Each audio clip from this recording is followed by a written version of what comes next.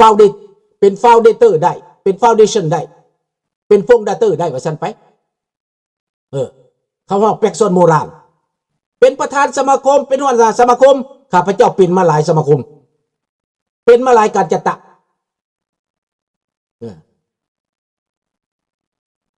เป็นกลางขาบ่ได้เดินลุ่งแมนแล้วดังนั้นเขาห้องว่าแปกซอนโมรานจะไปขอห้องจะตั้งอย่างก็ได้ถ้าเจ้าแพ้คดีที่เขาฟ้องข้าพเจ้ามานั้นถ้าเขาชนะข้าพเจ้าแพ้ในเรื่องการจะตั้งนี่นะเพราะว่าต่อสู้ในเรื่องการจะตั้งเขาสิล่มละลายข้าพเจ้าดิว่าข้าพเจ้าเฮ็ดให้เขาเสียหายไปตั้งวัดแข่งแล้วเขาเสียหายเขาผูกขาดว่าเขาตั้งวัดได้ผู้เดียวเขาเป็นวัดแห่งเดียวจะบ่มีผู้ใดมาตั้งบาทแล้วแย่งบาทเขาไปความหมายเป็นเท่านั้นอันนี้แปลบ่เป็นอย่างอื่นบาทจะเป็นหน่วยอื่นบ่ได้ต้องเป็นหน่วยเดียวเงินนั่นต้องไหลเข้าแห่งเดียวร่ำรวยแห่งเดียวนี่แหละมันมีกิเลสเด้พระก็มีกิเลสครูบาก็มีกิเลสกรรมการก็มีกิเลสพี่น้องอยากเด่นอยากดังอยากเก่งกว่าหมู่อยากสร้างพรรคสร้างพวกบ่ยอมรับความจริงคันที่ของตัวเองต้องเฮ็ดตะเลยไปเฮ็ดมาลุ่มบรวยไปคันที่ผู้อื่นเหยียบให้ตายอันนี้นะว่าให้มันแจ้งโลดแจ้งสัดเพราะข้าพเจ้ามาประสบการณ์ด้วยตัวเองขึ้นศาลก็ขึ้นมาแล้วแต่บ่ได้เสียคดีกลายเป็นชนะคดีเขาตัดสินให้ชนะคดีดังนั้นจึงบ่ได้เป็นจึงได้บ่ได้เป็นเขาเรียกว่าแปกซอนอิมโมรานนะคันเป็นแปกซอนอิมโมรานแล้วแปลว่าตั้งหยังก็บ่ได้เฮ็ดสมาคมก็บ่ได้ชื่อเสียงก็เสียหายนี่อันนี้แจ้งให้ฟังดังนั้นเขาจึงเจาะจงทำลายข้าพเจ้าได้ตอนนั้นอายุ40กว่าเห็นบ่ล่ะเท่าเดี๋ยวนี้เขาก็ยังบ่หยุดอยากทำลายแต่วางแผนคัดขวางอยู่นั่นแหละกีดกันอยู่นั่นแหละเอาพรรคเอาพวกอยู่นั่นแหละแล้วก็อิโซเลตเฮานั่นแหละหวังสิแยกเฮาโดดเดี่ยว แต่บ่สำเร็จดอกพี่น้องความจริงก็คือความจริงมันกำลังปรากฏออกมาติ๊กพี่น้องเห็นชัดๆเห็นในธาตุแท้เห็นในการประพฤติเห็นในการปฏิบัติของคนพวกนี้แล่นไปไสแล่นไปเลียดากบักสอนไสแล่นไปเลียดากลูกบักไก่สอนออกหน้าออกตาเห็นกันจะพี่น้องเห็นกันจะข้าพเจ้าจะเอารูปภาพออกให้เบิ่งมื้อนี้คันรูปภาพมันไปเที่ยวข้าพเจ้าจะบ่ออกคันรูปภาพมันไปพาเมียมันไปลาวข้าพเจ้าจะบ่ออกแต่รูปภาพมันไปพบรัฐบาลมันไปพัวพันกับรัฐบาลข้าพเจ้าจะออกเปิดเผยพี่น้อง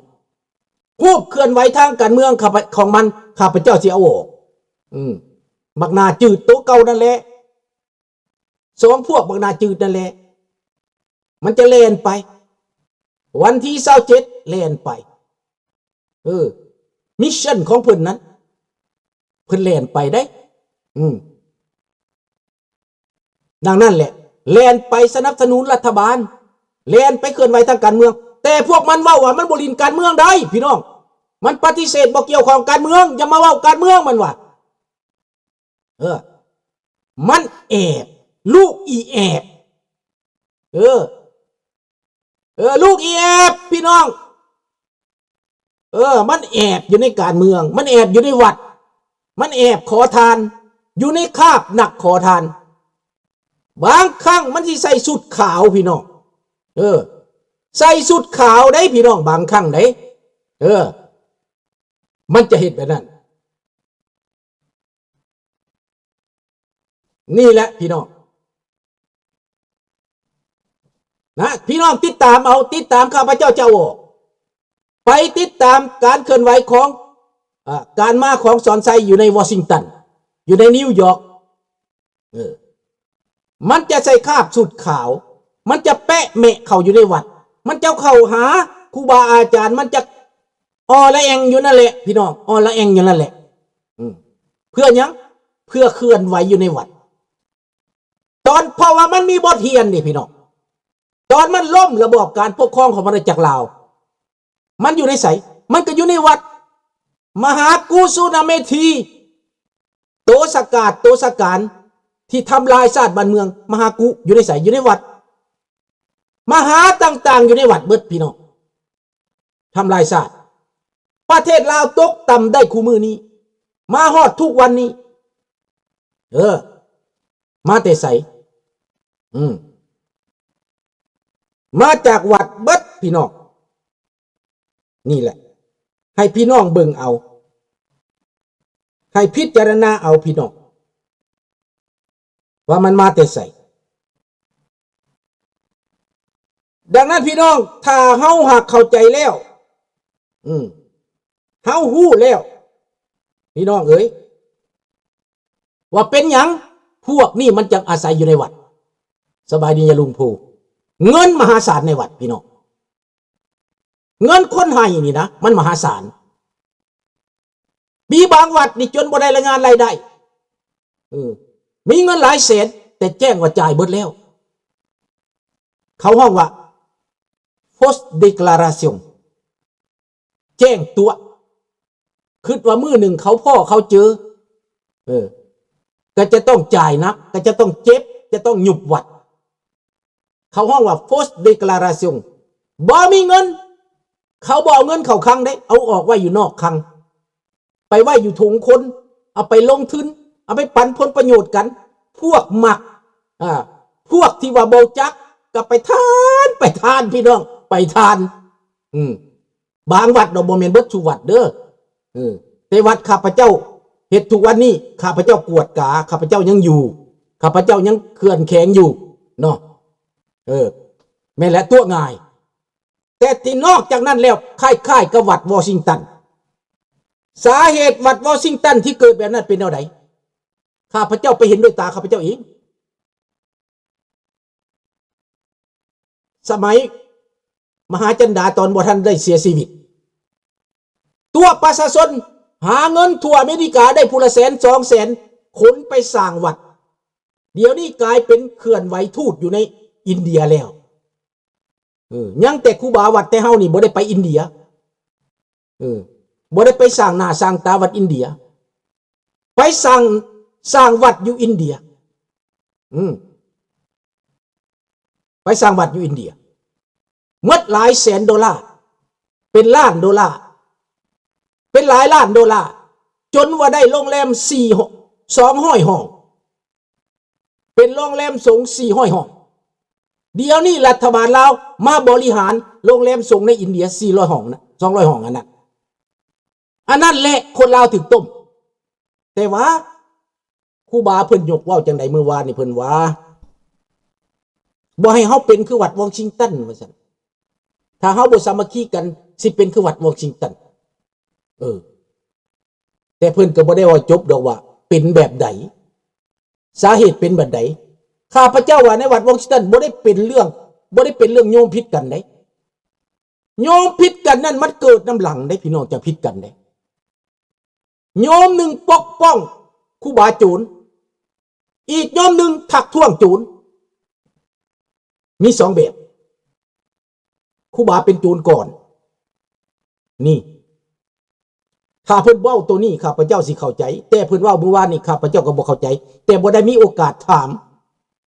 บ่ได้มีโอกาสย้อนคืนเพราะว่าให้เพิ่นเว้าไปให้เพิ่นเทศไปครูบาน่ะแต่ว่าข้าพเจ้ามาอธิบายอยู่พี่อยู่จอทีวีพี่มันจะบ่มีคนเถียงเพราะว่ามันเกิดปัญหาแล้วเพิ่นยกเรื่องวัดวอชิงตันนั้นบ่แม่นโยมผิดกันเด้โยมผิดกันหลังจากเสียวัดไปแล้วสิฆ่าฮอดกันสิตีฮอดกันสิยกพวกใส่กันฟ้องกันขึ้นศาลเสียเงินมหาศาลเกิดเรื่องหลังขี้โมไหลหลังคนจังไรมันลักเงินไปพี่น้องแล้วญาทานที่ว่า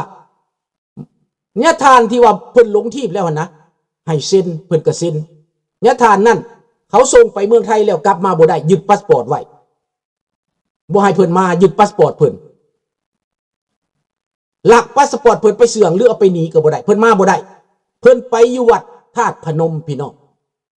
ญาทานหั่นมาบ่ได้จักพื้นสื่อเพิ่นยังญาทานญาเสือญาทานยังแหละญาทานบุญมีปรากฏว่าข้าพเจ้าไปเมืองไทยมีคนธาตุพนมพี่น้องข้าพเจ้ามาบอกมีญาทานมาจากเมืองอเมริกามาอยู่นี้เพิ่นเมื่อบ่ได้ว่าซั่นเอ้าเป็นหยังเพิ่นจังเมื่อบ่ได้เพิ่นบ่มีพาสปอร์ตว่าซั่นเอ้าคนอเมริกาบ่มีพาสปอร์ตเขายึดพาสปอร์ตเพิ่นไปว่าซั่นอันนี้แจ้งให้พี่น้องทราบเด้อดังนั้นข้าพเจ้าจึงตอบว่าบ่แม่นโยมผิดกันเด้โยมผิดกันย้อนมันมีปัญหาอยู่ในวัดใดก็ตามโยมผิดกันย้อนว่ามีปัญหาย้อนว่ามาจากพระมีปัญหาก่อนบ่แม่นโยมมีปัญหาก่อนเด้โยมมีแต่ทานไปแต่ว่ามีปัญหาเรื่องเงินมีปัญหาเรื่องความบ่ซื่อสัตย์นั่นแหละพระจันดาคนบ้านหนองลีบ่ไกลจากบ้านข้าพเจ้าดอกท่านพูนเงินคนอยู่แถวปากซีบังไฟนั่นแหละคนบ้านหนองลีจะเป็นเสื้อแก้วเสื้อยังบ่จักอาจจะเป็นแก้วเสียงวางมาบวชก็ได้บ่ฮู้เป็นคนลาวมันก็สิว่าได้คือกันพี่น้องบ่ได้ว่าสิเป็นตั้งแต่อันแก้วดอกเด้อคนลาวก็สิว่าได้คือกันเห็นบ่บักทองรุ่นคู่มือนี่ดังนั้นพี่น้องเฮาต้องมีสติคำว่าเป็นกลางบางคนพยายามสื่อสารให้ข้าพเจ้านะข้าพเจ้าก็ตอบไปแล้วว่าคำว่าเป็นกลางนั้นคืออยู่ในความเที่ยงธรรมที่สุดอยู่ในความถูกต้องที่สุดบ่ลักเอาของไผบ่ตัวไผบ่อิจฉาบังเบียดไผแต่ว่าเรื่องกวดสอบเรื่องความโปร่งใสเรื่องtransparency นั้นแม่นหลักการแม่นกฎหมายนี่แม่นความถูกต้องรัฐบาลแคนาดาสอนข้าพเจ้าเฮียนนำอาจารย์แคนาดาเขาบอกว่าความถูกต้องจะเป็นความเป็นกลางเด้ La justice เที่ยงธรรมความเที่ยงธรรมเท่านั้นที่จะเป็นกลางได้อันบุคคลธรรมดาที่จะบอกว่าตัวเองเป็นกลางประกาศตัวเองเป็นกลางเป็นบ่ได้ดอกพวกท่านเป็นบ่ได้ดอกแต่ลิ้นเจ้าก็ยังขบจะสิเป็นกลางได้จังไดมันเกิดอยู่ในปากเจ้าแต่เทศเจ้าก็ยังขบนะพี่น้องดังนั้นความเป็นกลางนั้นคือความถูกต้องเนาะพี่น้องถ้าสิเข้าใจแล้วบ่พี่น้องนี่ที่เว้ามานี่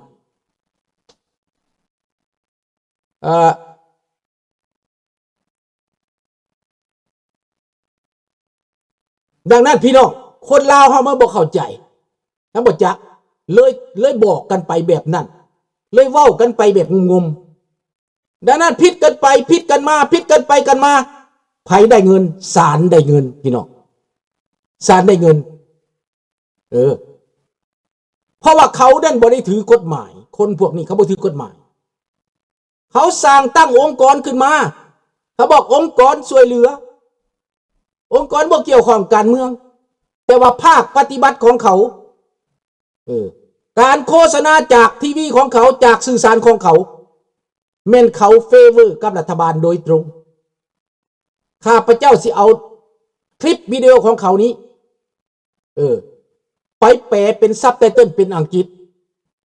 จะไปให้ลูกให้หลานแปลให้เฮ็ดซับไตเติลเป็นอังกฤษให้แน่จะส่งให้รัฐบาล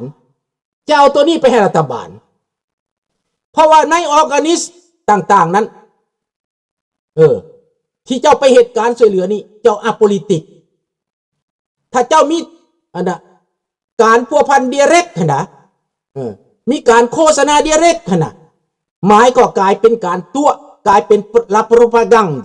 เป็นโปรพากันดาพี่น้องการโฆษณาส่วนเสื่อเป็นการหลอกลวงใส่เงินคนจอบอ่อยคนให้คนที่อ่อนแอนั่นเป็นเหยื่อเป็นวิกติมในประเทศไทยเขาก็จับเขาคุกมาแล้วเจ้าสิว่าเอาเงินไปท่านวัดแต่บาดเขากวดสอบแล้วเจ้าบ่เอาไปเหตุตามจุดประสงค์เจ้าบ่ไปตามเจตนาที่เขาต้องการเจ้าก็ติดคุกเหมือนกันนั่นแหละ